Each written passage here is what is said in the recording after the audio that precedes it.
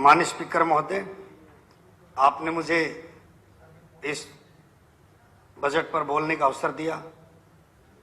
माननीय मुख्यमंत्री के द्वारा बतौर वित्त मंत्री ये बजट पेश किया गया है। इस बजट का मैं समर्थन करता हूं। माननीय स्पीकर महोदय, यह बजट एक ऐसा बजट है जो इस तरह का बजट चुनाव के समय में दिया जाता है, जब विपक्ष के लोग कहते हैं कि ये लुभावना बजट है। आज ना कोई चुनाव है, लेकिन फिर भी इतनी सारी कल्याणकारी योजनाएं इस बजट के अंदर दी गई है।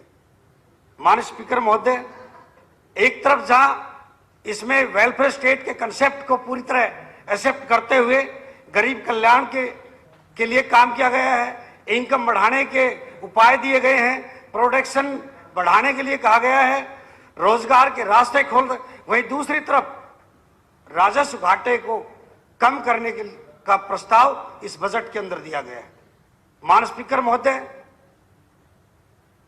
प्रदेश के अंदर औद्योगिक स्थिति मजबूत हो, इसलिए पूंजीगत व्यय का प्रतिशत भी इसमें बढ़ाया गया है।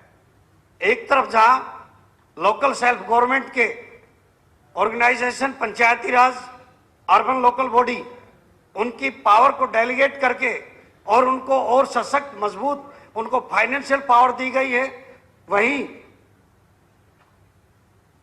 60-40 के रेशियो के अनुसार उनके मैचिंग के अनुसार उनके लोकल गवर्नमेंट के अंदर, नगर पालिकाओं के अंदर पार्क, स्वास्थ्य, लाइब्रेरी, इनके लिए काम करने के लिए फंड का प्रावधान किया गया है। माननीय स्पीकर महोदय, जहां महिलाओं के लिए पहले हर 20 किलोमीटर में हमारी बच्चियों के लिए कॉलेज और थाने उपलब्ध कराए गए, उसी प्रकार 50,000 महिलाओं के लिए 10,000 सेल्फ हेल्प ग्रुप का लक्ष्य रखा गया, जो बैंकों से लिंकेज होकर और अपने स्वयं सहायता ग्रुप को अपने प्रोडक्शन करके और रोजगार के साधन प्राप्त कर सके। ये एक बड़ा लक्ष्य है। और इतना ही नहीं, और 2 कदम आगे बढ़कर पंचकुला, फरीदाबाद, गुरुग्राम में महिलाओं के लिए, कामकाजी महिलाओं के लिए छात्रावास की व्यवस्था की गई है।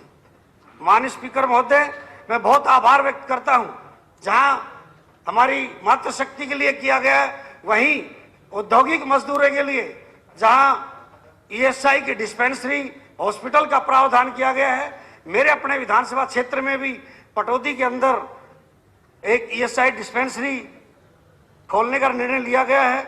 उस पर भी मैं बहुत बहुत आभार माननीय मुख्यमंत्री जी का करता हूं। गरीब जिनके पास कोई आय का साधन नहीं, अगर वो अपना पशुपालन का, भेड़ बकरी का, गाय का कोई काम करना चाहे, तो पंचायत की जमीन पट्टे पर देकर वहां बाड़े, शेड बनाने का जो निर्णय लिया है, निश्चित तौर पर जो बिल्कुल भूमिहीन मजदूर है, जो बिल्कुल डिपेंडेंट एग्रीकल्चर के ऊपर है, लैंडलेस है, उनको अपनी इनकम बढ़ाने का एक माध्यम इसके मार्फत मिलेगा। माननीय स्पीकर महोदय, मैं धन्यवाद करना चाहूंगा आपके माध्यम से माननीय मुख्यमंत्री जी का कि आईटी हब गुरुग्राम के अंदर मानेसर में एक इंस्टीट्यूट ऑफ इमर्जिंग टेक्नोलॉजी, एक बहुत बड़ा जो आईटी का इंस्टीट्यूट खोलने का निर्णय लिया गया है। इसके लिए मैं माननीय मुख्यमंत्री जी का बहुत बहुत आभार व्यक्त करता हूं। गुरुग्राम के नेशनल हाईवे 8 पर केएमपी के नजदीक एक बड़ा बस पोर्ट, जो आरआरटीएस, ऑर्बिटल, तमाम केएमपी, इनको कनेक्ट करते हुए बनाने का जो निर्णय लिया गया है, इससे हमारे दिल्ली और गुरुग्राम के व्यापार के अवसर बढ़ेंगे। लेकिन इसके साथ साथ ही हिमाचल प्रदेश, राजस्थान, उत्तर प्रदेश, उत्तराखंड, बाहर जो बसों को आने जाने की सुविधा उपलब्ध होगी, वो एक सुगम व्यवस्था परिवहन की उपलब्ध हो जाएगी। माननीय स्पीकर महोदय, आज गुरुग्राम जैसे क्षेत्र में, पंचकुला में एक कर्मचारी और कहें कि मेरे जैसा व्यक्ति 200 गज का प्लाट नहीं ले सकता, अफोर्डेबल में भी नहीं ले सकता, लेकिन माननीय मुख्यमंत्री जी का मैं आभार व्यक्त करता हूं।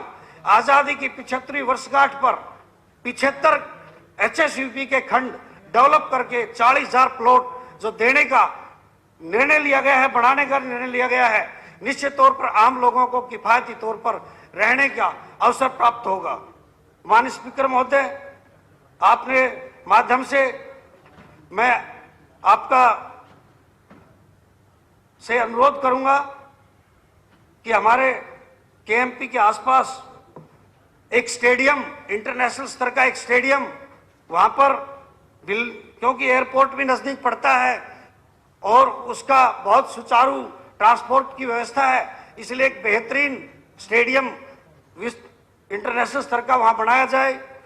मैं माननीय स्पीकर महोदय, कमेटी नंबर 4, अडोप्ट कमेटी 4 में डिमांड नंबर 25 पर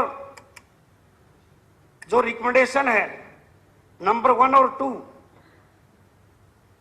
budget desire the provision of the allocation of budget to promote encourage the new entrepreneurship of SC category, ये कमेटी नंबर 7 है, in state should be made.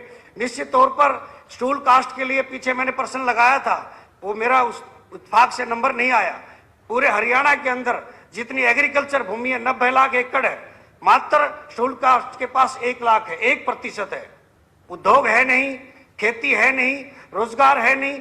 तो मेरे जो ये recommendation दी गई है कमेटी नंबर 7 कि एससी एंटरप्रेन्योर को चाहे पद्मा योजना में, एमएसएमई में प्रमोट किया जाए। माननीय स्पीकर महोदय, मैं धन्यवाद करना चाहूंगा। ये ठीक है कि बजट में शेड्यूल कास्ट के नाम का अलग से उल्लेख नहीं हुआ, लेकिन 355 करोड़ रुपए शेड्यूल कास्ट के बजट के अंदर बढ़ाए गए हैं। पिछली बार 525 करोड़ 51 लाख 40 हजार थे और इस बार 890 करोड़ 52 लाख 54 हजार है। एक बड़ी राशि बजट में शेड्यूल कास्ट के लिए बढ़ाई गई है। मैं आभार व्यक्त करता हूं माननीय वित्त मंत्री के तौर पर, जो माननीय मुख्यमंत्री जी, लेकिन इसके साथ ही एक आग्रह भी करना चाहूंगा कि शेड्यूल कास्ट का जो पैसा है, रिजर्व फंड है, वो शेड्यूल कास्ट की वेलफेयर एक्टिविटी पर ही हो, किसी दूसरी एक्टिविटी पर उसका यूटिलाइजेशन ना हो। आपने मुझे अवसर दिया, आपका बहुत बहुत धन्यवाद।